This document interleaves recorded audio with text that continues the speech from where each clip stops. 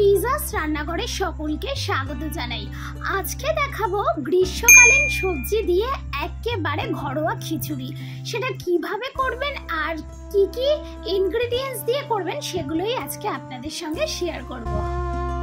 বর্ষাকাল প্রায় পড়েই গেছে, আর এই বর্ষাকালে বৃষ্টি বাদলের দিনে কিন্তু আপনারা এই ধরনের গ্রীষ্মকালীন সবজির একেবারে ঘরোয়া খিচুড়ি করে নিতে পারেন। তো প্রথমে আমি এখানে হাফ কাপের মতো মুগ ডাল নিয়েছি, মানে 50 গ্রামের মতো মুগ ডাল আমি এখানে নিয়েছি। মুগ ডালটাকে ভেজে তুলে নিলাম। আর এখন আমি কড়াইতে তেল দিয়ে সেখানে আলুগুলো দিয়ে দিচ্ছি ফ্রাই করবার জন্য। আলুর মধ্যে দিয়ে দিলাম সামান্য পরিমাণে লবণ আর সামান্য হলুদ গুঁড়ো। এইবার খুব ভালো করে আলুগুলোকে ফ্রাই করে নিতে হবে। আর আমি কিন্তু এখানে আলুগুলো একটু বড় সাইজের রেখেছি যাতে চটজলদি গলে না যায়। এইবার আমি আলুর মধ্যে দিয়ে দিচ্ছি গাজর। সমস্ত সবজির কুকিং টাইম কিন্তু আলাদা, সেহেতু আমি প্রথমে আলুটাকে দিলাম, তারপর গাজর দিলাম, এখন দিয়ে দিয়েছি পটল। আলু, গাজর, পটল প্রায় ভাজা ভাজা হয়ে এসেছে। এখন দিয়ে দিচ্ছি বিনসটাকে দিয়েও আবারও 2-3 মিনিটের মতো ভাজা ভাজা করে নেব। এই সবজিগুলোকে আমি মোটামুটি 60-70% মতো ফ্রাই করে নেব। এখন শেষে দিয়ে দিলাম কুমড়োটা, দিয়ে আবারও ভালো করে নাড়াচাড়া করে ফ্রাই করে নেব। সমস্ত সবজি মোটামুটি 60% মতো ফ্রাই হয়ে গেছে। এখন একটা ডিশের মধ্যে তুলে রাখছি। সবজিগুলো কিন্তু ভীষণ কালারফুল লাগছে, তাই কি না? সমস্ত সবজিগুলোকে তুলে নিলাম। এখন আমি গ্যাসের চুলায় বসিয়ে দিয়েছি একটা বড় হাঁড়ি, তার মধ্যে দিয়ে দিলাম সরিষার তেল। এখন এখানে শুকনো লঙ্কা, তেজপাতা, কিছুটা গোটা জিরে, 2টো দারচিনি আর 4টে এলাচ নিয়েছি। এখন দিয়ে দিলাম তেলের মধ্যে। আর একটু নাড়াচাড়া করবার পর যখন সুন্দর গন্ধ আসতে শুরু করে দিয়েছে গোটা মশলাগুলো থেকে, তখন আমি দিয়ে দিলাম এখানে পেঁয়াজ। এখানে আমি 2টো মিডিয়াম সাইজের পেঁয়াজ নিয়েছি।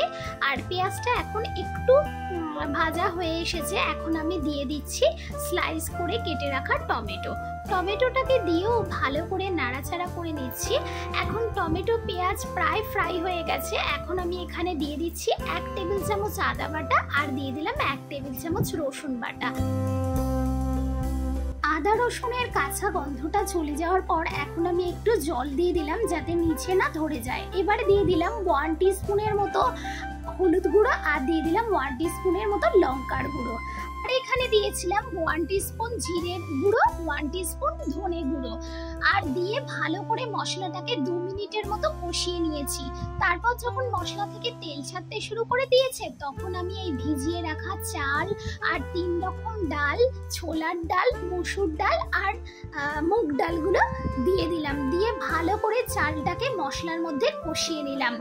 এবারে আমি দিয়ে দিচ্ছি গরম জল। অবশ্যই কিন্তু এখানে গরম জলটা ইউজ করতে হবে। এখানে একটা কথা বলি বন্ধুরা, জিরে গুঁড়ো আর ধনে গুঁড়োটা দেওয়ার সময় আমার কোনোভাবে ভিডিওটা মিস হয়ে গেছে, তো তার জন্য ক্ষমা প্রার্থী।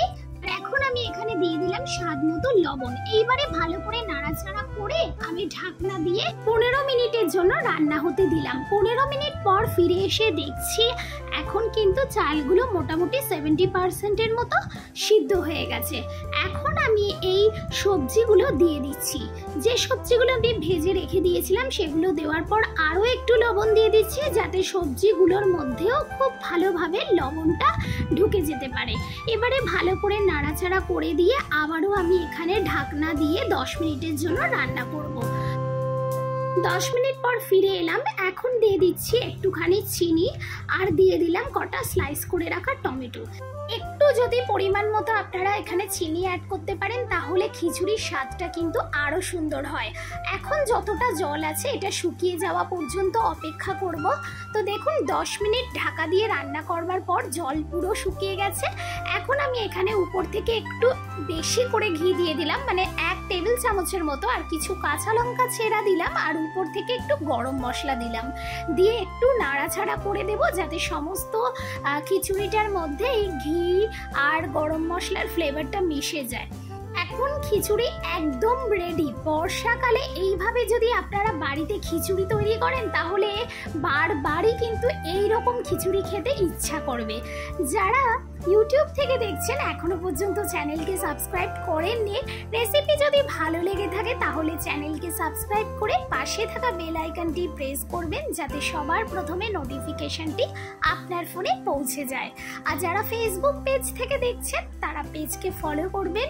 আর রেসিপি যদি ভালো লেগে থাকে তাহলে অবশ্যই কিন্তু কমেন্ট করে জানাতে ভুলবেন না যে আপনাদের কাছে আমার এই গ্রীষ্মকালীন সবজির খিচুড়িটি কেমন লাগলো। আজকের মতো এখানেই বিদায় নিলাম, আবারও দেখা হবে নতুন কোনো রেসিপির সঙ্গে। ততক্ষণের জন্য সবাই ভালো থাকবেন, সুস্থ থাকবেন।